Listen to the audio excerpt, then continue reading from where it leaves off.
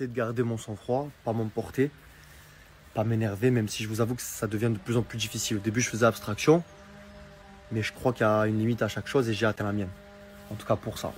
Mais histoire que vous compreniez bien, je vais démarrer par le commencement.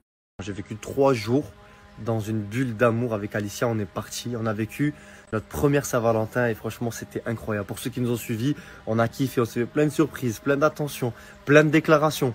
J'étais aux anges, voilà, tout simplement. Plein de Saint-Valentin, plein de clichés, ben, c'est la vérité.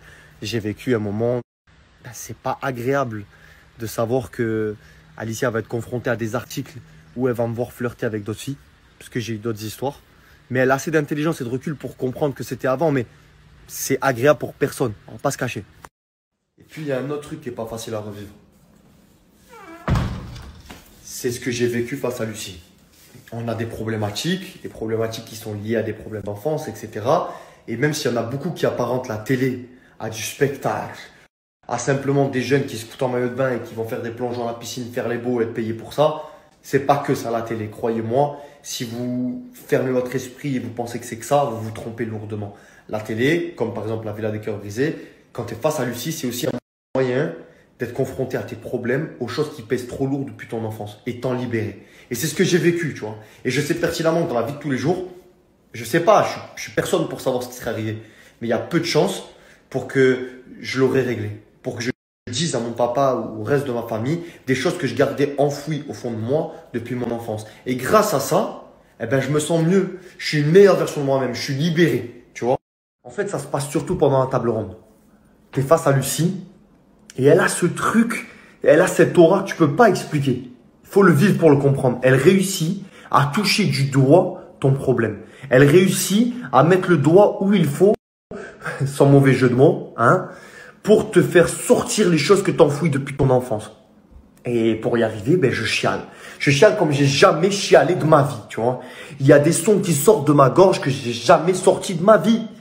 Et moi, je sais ce que j'ai vécu. Donc j'ai peur de revoir ça. J'ai même honte d'entendre et de me voir dans cet état-là. Mais j'assume. Parce que c'est ça être un homme. Moi avant, je pensais qu'un homme, ça pleurait pas. Mais non. Un homme fort, c'est un homme qui se sert de ses larmes comme des armes. Et ça, je l'assume. Et là, ce qui me met sur les nerfs, ce qui me met profondément sur les dents, c'est tout le monde qui se moque de ce moment-là. Qui viennent m'envoyer des messages depuis quelques jours pour m'insulter, pour me traiter de tous les noms parce qu'ils m'ont vu pleurer.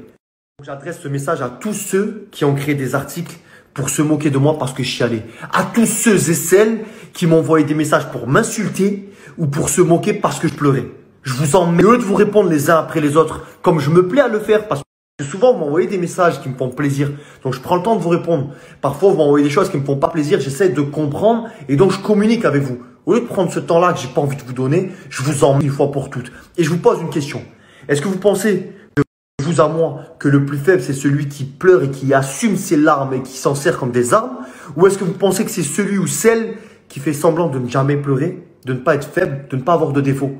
Moi je pense avoir la réponse. Mais si vous n'arrivez pas à estimer ce moment où je me mets à nu, où je me livre comme un moment de pure télé, de sincérité, de transparence, c'est qu'en fait vous avez raison. La télé c'est un cliché. Mais les seuls responsables, et là je m'adresse à ceux qui m'ont insulté, ben c'est vous.